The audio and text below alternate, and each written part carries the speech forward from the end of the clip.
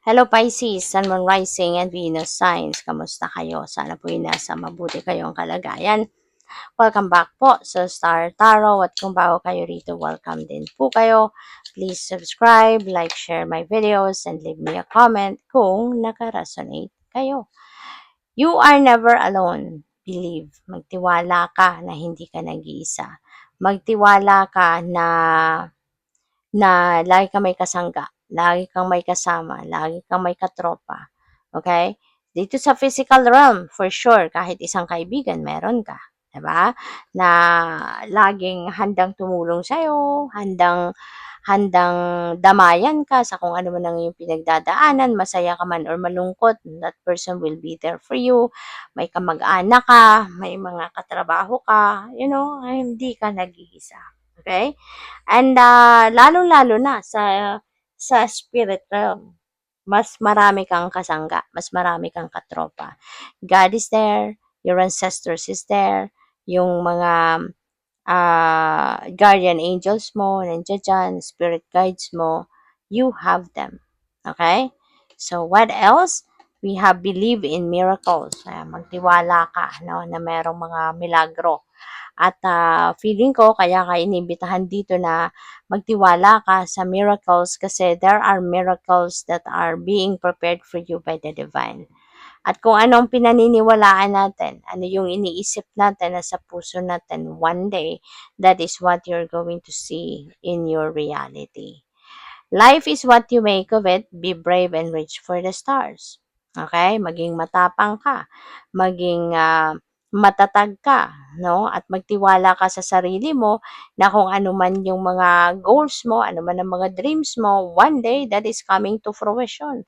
Kapag naniniwala ka na kaya mong dalhin sa realidad mo kung ano man ang mga pangarap mo, ano man ang mga desires mo, one day you will definitely see, you will definitely witness that happening in your life. So, what else? Tignan natin ano pa ang ganap. And by the way, maraming salamat for subscribing. And if you haven't subscribed yet, subscribe na kayo. And also, maraming salamat din for not skipping the ads. Malaking bagay yan sa akin. And also, please click the join button sa baba ng video kung gusto ninyo na mag-join kayo sa membership. Okay? Salamat po.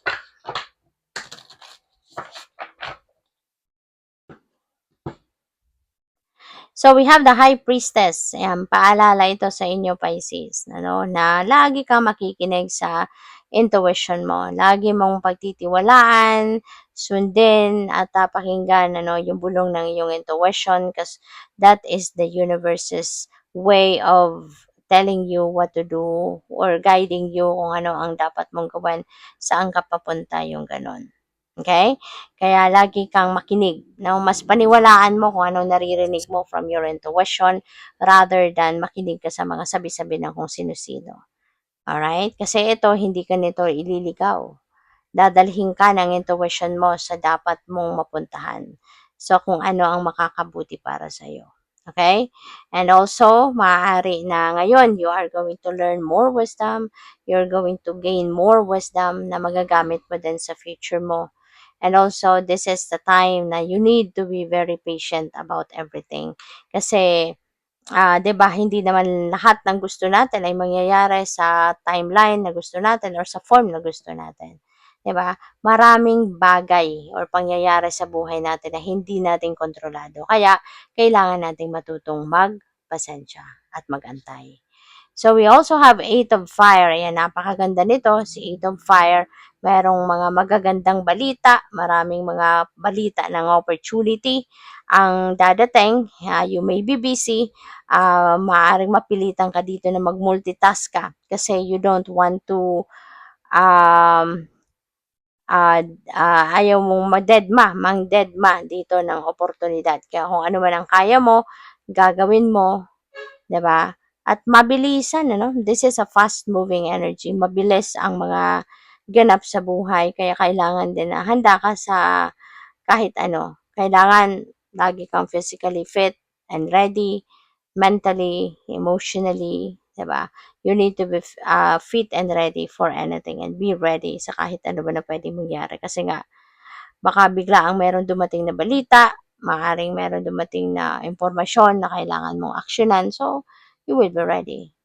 So, pwede rin na magta-travel, no, si Pisces. Pwedeng merong opportunity for you to travel. Pwedeng biglaan ang pagta-travel na to. You know? So, what else? We have Five of Earth. Pwedeng ano ka, no? Pwedeng meron kang kailangan, meron kang pangangailangan sa ngayon. That could be money. Baka kailangan mo, baka you are lacking in money, may mga financial constraints, may mga financial problems siguro kayo na nararanasan sa ngayon, and yun ang pinag-aalala ninyo, no? Kaya pwede na sa ngayon hihingi ka ng assistance, which is good. Kaya siguro, no, paalala ito sa'yo na you're never alone. 'Di ba? Hindi ka nag-iisa. Kung ano man pinagdadaanan mo ngayong problema sa pera, kung meron man, just reach out to someone, no? Reach out to your friends, to kung sino man ang sa tingin mo na makakatulong sa'yo. Huwag kang magdalawang isip, lumapit ka sa kanya, humingi ka ng tulong. Okay? And then you will be helped out. Alright? Kaya yun, always remember na we are entitled for help. Kaya lumapit ka sa kung sino man sa tingin mo ang makakatulong sa'yo. We have Page of Earth. This is a time of good news. May magandang balitang dadating, and this could be related to money, career, and finances. And maaari na ito yung magiging breakthrough mo. Kasi kung kunyari nangangailangan ka talaga ngayon ng pera, may problema ka sa pera, ito, no, yung balitang ito dadating could be the answer doon sa pangangailangan mo. Pwede rito, ang iba sa inyo baka eto na, baka may sobre, 'di ba? So, pwedeng pera ang laman yan. Pwedeng sulat of opportunity, no, para magkapera ka.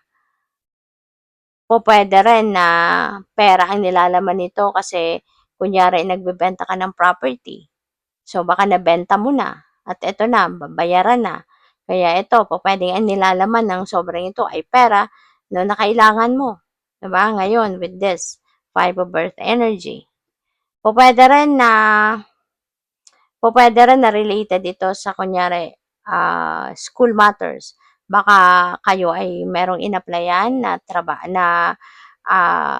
sa school, 'di ba? Nag-exam kayo, nakapasa kayo, so maaaring ito na admission letter na 'yan. Pwedeng para sa inyo 'yan or para sa anak nyo 'yan. Pwede rin ang nilalaman nito mga travel documents ninyo kasi baka nag-a-apply kayo trabaho abroad, baka ito na 'yon. Go signal na 'yan na kayo ay pwede rin na ito ay go signal na sa inyo na pwede na kayong umalis, lilipad na kayo sa kung saan man kayo na bansa papunta. Pwede rin na resulta ito ng kunyari board exam. Nag-exam kayo or anak ninyo, ganun. Pwedeng yun din. No? But this is good luck. No? Mayroong magandang balita, maswerteng balita na dadating sa inyo. So, congrats. Good luck and thank you for watching. Love and light. Namaste.